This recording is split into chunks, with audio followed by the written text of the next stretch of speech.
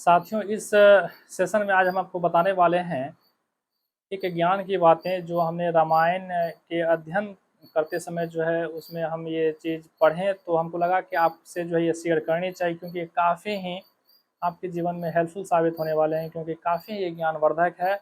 और हमारे काव्य और हमारे जो है रामचरितमानस ऐसे जो है ग्रंथ हैं जो जीवन को परिवर्तनशील करने के लिए ये जो है रामबाण औषधि की तरह जो है ये है। तो चलिए आपको एक रामायण में जो हम अध्ययन कर रहे थे तो उसका एक वृतांत हम आपको सुनाने जा रहे हैं, जो आपके जीवन को जो है काफ़ी परिवर्तित करेंगे, समस्याओं से निकालने में जो आपको का जो है हेल्प करेंगे।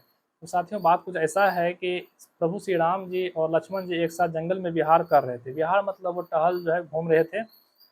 राम जी जो है ये अंतर्यामी थे और के जो है विहार करने के बाद जो है कुछ दूरी पर जो है एक नग्न ऋषि रहते थे, नग्न मुनि कह सकते हैं, नग्न साधु जो है वो रहते थे, वो टहल रहते थे। प्रभु श्री राम जो है अंतर्यामी होने के कारण इसे पता चल गया कि कुछ दूरी पर जो है एक मुनि जो है वह भ्रमण कर रहे हैं और नग्न अवस्था में है। तो प्रभु श्री राम जी को लक्ष्मण जी के ज्ञान के वास्ते जो है इन्होंने लक्ष्मण जी को आज्ञा दिया कि लक्ष्मण जाओ उस मुनिवर से उपदेश लेकर आओ, जो हमारे जीवन को जो है बेहतर बनाएंगे और हमें फायदे पहुंचाएंगे। तो लक्ष्मण जी अपने भैया के जो है वचनों का पालन हेतु वह उस मुनि के समीप जाते हैं और उसे उपदेश जो है लेने की कोशिश करते हैं। लेकिन लक्ष्मण जी जैसे समीप पहुंचते हैं तो देखते हैं कि यह मुनि जो है नग्न अवस्था में जो है वह वहाँ पर बैठे हुए हैं।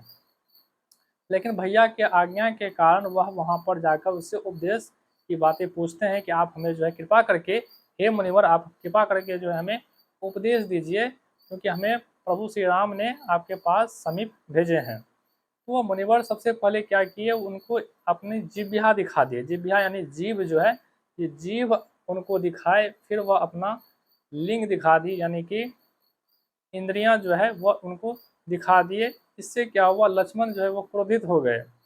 लक्ष्मण क्रोधित हो गए, लेकिन प्रभु श्री राम जी के आज्ञा के कारण वह उस मुनि को कुछ नहीं कहे। क्रोधवश वह जाकर के भैया के सामने फिर खड़े हो गए और कहने लगे, जब मैंने उससे उपदेश की बातें कही तो वह सबसे पहले अपनी जिह्वा दिखाए, फिर वह अपना लिंग दिखा दिए।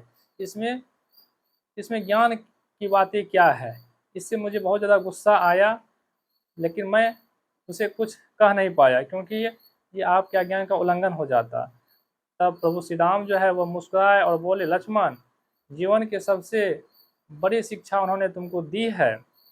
तो लक्ष्मण जी विचलित हो गए, कहने लगे कि इसमें क्या शिक्षा है।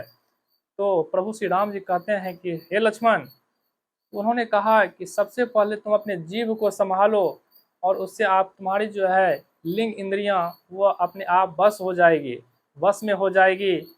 यह उपदेश उन्होंने तुमको दिया और यह उपदेश जो है ये काफ़ी मार्मिक है, तार्किक है, और सभी को ये उपदेश समझ में नहीं आता और जल्द कोई उपदेश देता भी नहीं है। तुम बड़े भाग्यवान हो जो तुमको उस मुनिवर ने यह ऐसा वचन दिया, उपदेश दिया, कहा।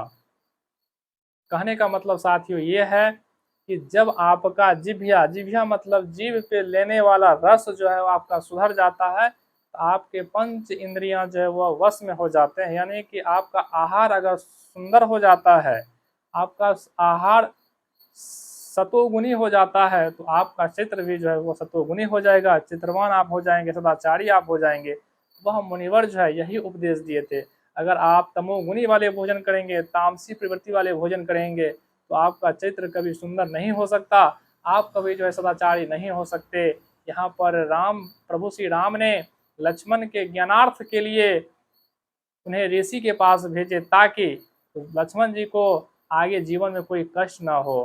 तो कहने का साथियों भाव ये है कि जब आप अपने आहार को सुधार लेते हैं तो आपका विहार और आचरण पवित्र हो जाते हैं। तो यहाँ पर भोजन का बहुत बड़ा महत्व है, जीव का जो है बहुत बड़ा महत्व है। जीव पे पड़ने वाले रस जो रसास्वादन करते हैं उसका बहुत बड़ा महत्व है। कबीर साहब ने कहा है, मीठी वाणी बोलिए मन का आपा को, और अन्न को शीतल करे आपो शीतल हो। इस जीव से सुंदर वाणी बोलिए, इस जीव से कड़वे शब्द, इस मुंह से कड़वे शब्द नहीं निकालना चाहिए। तो साथियों फिलहाल इस वीडियो में इतना ही, मिलते हैं एक नेक्स्ट वीडियो में इसी तरह के ज्ञानवर्धक चीज़ों को लेकर। आप मेरे साथ निरंतर जुड़े रहें। आप मेरे चैनल पर नए तो चैनल को सब्सक्राइब कर लें और इस ज्ञान की बातें को जन जन तक, जन जन के हित के लिए जरूर शेयर करें। धन्यवाद।